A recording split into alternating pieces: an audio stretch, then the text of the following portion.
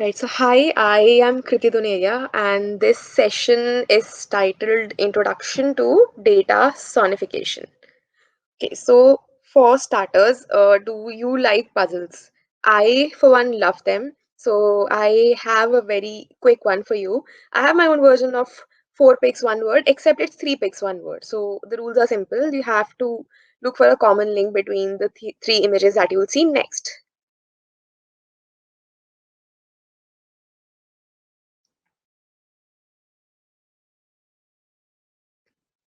While you keep thinking about what this is, I will answer this one towards the end of this session. But I do have some hints for you in the middle of this section, so keep looking for those.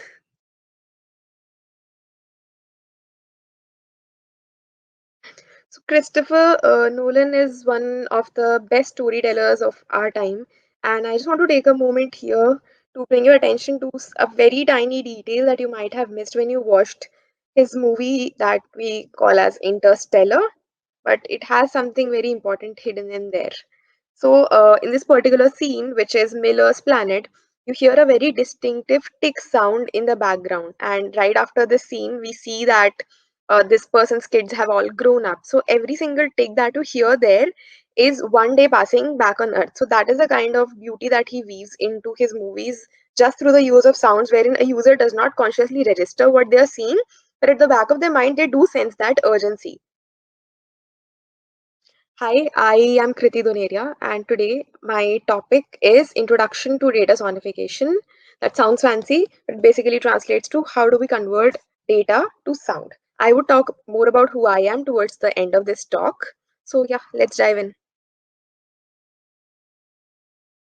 So, for the very first question that arises is why we want to hear our data in the first place?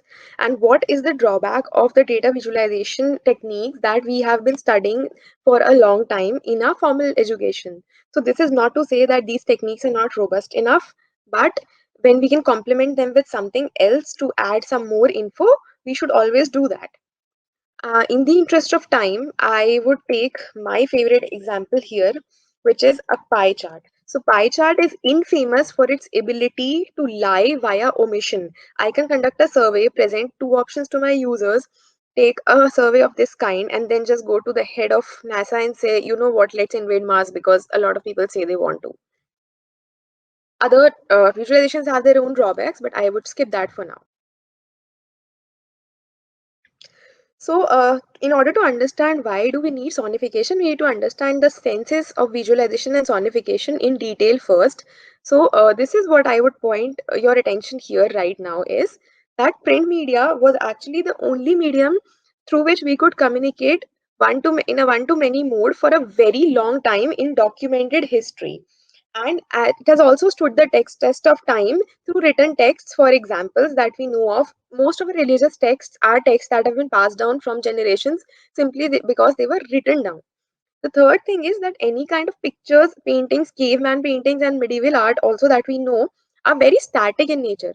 When I say static, I mean properties that are very subjective to the observer at point. Then the next thing is that number of modalities that I can depict through a picture are very limited. And then the final one is that humans anyway do not see most of the universe. I do not see the atoms that are present in my computer screen right now, and I also do not see anything beyond the Vibgyor spectrum. Contrasting this with the sense of sonification, sound is much more fundamental to human evolution than any other sense organ as we know, and this is simply evolutionary. This is nothing that is something new, this is something that has been studied for a very long time now. Then we can now record sounds and preserve it the same way we have been doing for text for a long time. We have that technology right now. Then a sound has a very affective quality to it and it can record dynamic properties. So when I say affective quality, what I mean is that if I hear a human baby crying, even if that baby is 3 rooms away from where I am, I can safely make out that it's a human baby that's crying without having to look at who is crying. Then, when we say multiple modalities can be transmitted parallelly, think of it as an orchestra or a song that we hear. It has lyrics, it has a beat component, and it has several other components that we will talk about in a while. But all of those are transmitted at the same moment to you, wherein for an image, I can only look at what my eyes are pointed to at that point in time. Then the next one is this is a pretty important one. Humans can actually hear in 360 degrees surround sound as compared to our field of vision, which is 160 degrees if I include peripheral vision also. So the next question that arises is, what is data sonification at its core? So this is the formal definition that I found on Wikipedia, but how I like to simplify it is that it is the auditory equivalent of a more established practice of data visualization. And now we will take a look at all of the reasons it's catching up, as well as how can we integrate it into our existing data science practices. This is another question that arises, why should you care about data sonification? And more importantly, why now? We will find out in a bit. It's not an exhaustive list, but I do have some answers for you here. So, the very first one, which I am very passionate about, is basically accessibility and inclusion. It is estimated that 1 in 4 people have some kind of disability. They're on the disability spectrum, differently able spectrum, and a large part of that spectrum is visually differently able spectrum. So if we can tap into that talent pool, that would be amazing. You can only think about the possibilities it would hold. The importance of sound can also be understood from the fact that 2020 was officially declared as the year of the sound, and I have left the link for this one in the reference section if you want to take a detailed look at that one. And the third one then is that it has been around for a long time, just that we did not have the technology to do it digitally and on such a scale that we have right now. So if you think about Morse code and sonar navigations, those things have been around for quite a while now. Then the fourth one is emergence of voice enabled system. Alexa and Google Homes are literally everywhere right now. And one of the primary objectives any tech giant has while they are placing a device in my place of residence is data collection. So if I need technology to collect sound data and convert it to textual or tabular data, I need vice versa as well. And then the fifth one is oral experiences by their very nature are fun to be a part of. So if all of this sounds interesting, let us take a look at the process of data sonification. So to understand sonification, basically have to understand how physics defines any kind of sounds. So what we do on a very basic level is we correlate a physical property, distance, speed, direction, literally anything, to a sound property, which could be loudness, pitch, or duration. So I would break sound down into its three basic components. The very first one here is pitch. Think of pitch as the difference between a male and a female voice. The second one is timbre, which is the quality of the sound. Think of timbre as the difference between the voice of a guitar and piano, even if you play the same song. Then the last one is loudness, which basically correlates to volume. So within pitch itself, I have so many variations I can try. Same for timbre and same for loudness. So instead of having a 3 dimension or at max a 4 dimension axis to plot a graph on, using all of these three components and varying their intensities and the qualities, I have a much more broader canvas to play in terms of sonification.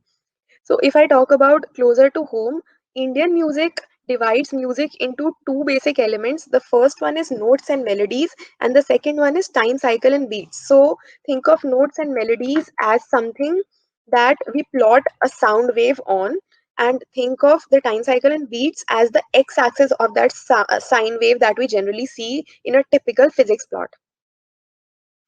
Then the next question is that how do we exactly go about sonifying our data? If I've managed to get you even a little bit excited about trying out sonification for yourself, this is the great part. All right. So as we've seen previously, we follow a mapping process which is very similar to the one that we follow while transcribing music. If you have seen sheet music of any kind, be it piano or guitar tabs, we basically take notes and we plot it down against time. So we follow a similar process while we are mapping data to sound. Then we take certain physical attributes and then we decide what do we want those physical attributes to mean in terms of sound. For example, loudness is used to represent spike, and then if there is a trough, I can use a reverse spike to represent that. uh, while we can use a beat to represent the gap between any two data points. Then the next one is, how do you want to play the sounds that you have created right now? Do you want to play it in a superimposed pattern like an orchestra wherein every single part is played at once, or do you want it to play piece by piece in a playlist kind of a manner? So once we have done all of these things, we have what we call as a sonified data set. And let's take a look at advantages of data sonification now. I would point out a few examples of data sonification after this one. First example is that sonification is a very good way to represent nominal variables. And by nominal variables, what I mean is variables that have no scale. For example, as I mentioned previously, guitar and piano, if they are two nominal variables, they do not have any inherent ordering intertwined with them. But I can use sonification to represent both of them and it would sound very distinct. Graphs will not work with this kind of data. I cannot represent more than 5 to 10 nominal variables in the same graph itself. The next one is interactions between these variables are sometimes much easier to hear than see.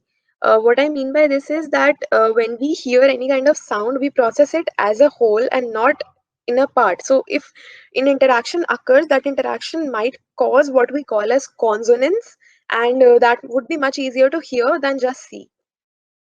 Then the next one is data sonification has been very useful for monitoring purposes for a very long time. So whenever you think of any fire alarm or fire alerts, before the siren, before the lights that you see, most of it is sound-based alarms. Then the next one is that better HCI for computing interfaces that do not require as much of cognitive function as it does in other tasks. For example, anomaly detection use cases and exploratory data analysis. Again, it has been a very common practice for assembly lines to install alarm systems in case a product is faulty. And that is a task that does not involve as much cognition as other things that can help us design better human computing interfaces. Then the another one is that acoustic translations are a very good measure of data stability, as human ears anyway perceive sound as relative. So if I play data from this year versus I play data from the previous year, if the patterns have changed and if the data stability has been disturbed over time, I would be very easily able to hear it as compared to seeing it on a graph. Then the last one is that multi-information stream can be encoded in a very repeatable manner, yet it will never clash because I have so many dimensions to play with. I can encode multiple streams of information in the same manner and in the same process. But even if I follow the same process, the end result will be distinct and it will not clash. So it would not be a complete talk in case I do not show you guys a demo. I want to bring your attention to a few popular works in the field, and then I want your attention on a sonification attempt that I have carried out. As I mentioned, this is still a growing field, but it has started to gain momentum last year. It would be great to see a lot more people working in this field in future. Current works in this field, the highlight of this entire field right now happened when NASA used photographs to sonify black holes, galaxies, and other cosmic sounds.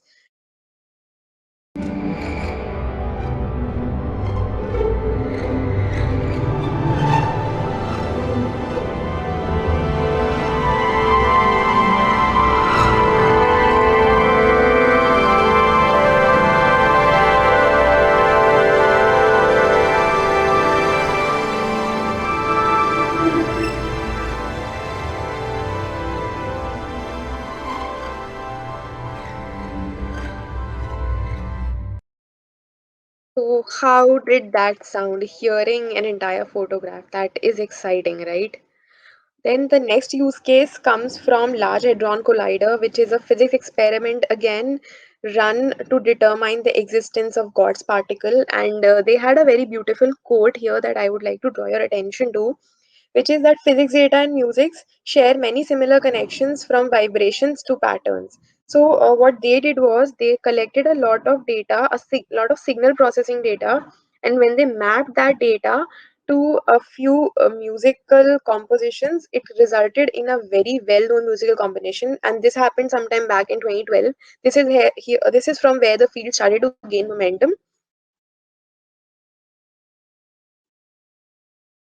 I'm sorry, that was my phone. Yeah.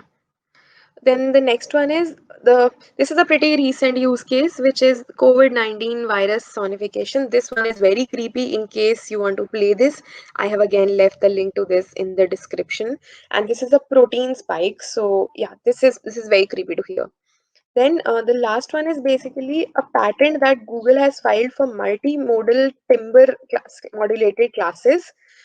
This is just a reflection of the potential a tech giant like Google sees in this field. Now, I would want to play a demo that I have created on a very popular open source data set. I have used native Python libraries for this. What I did was I picked two data sets and I took their target variables. I chose one continuous one and one categorical one so that we can hear the difference.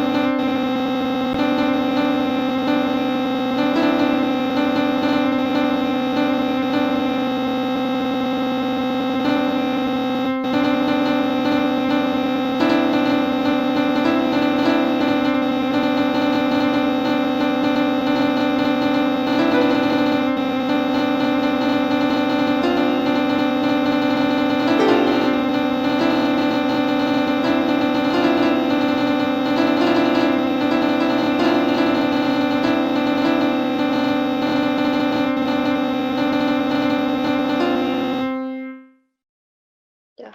Notice how you able to hear the spike in that data much better than seeing just the numbers. I have another one here. This one does not sound as musical because it is a binary target, so it's just zeros and ones. But this one sounds a lot more like Morse code. And I've left the audio link to this one as well in the slide. Now, if you want to try it out for yourself, and I really hope you do, I have certain options for you here. Very first one is code level options. So there are Python and Java libraries for music and audio manipulations. I have left the link to that again in the reference section. There is a web app.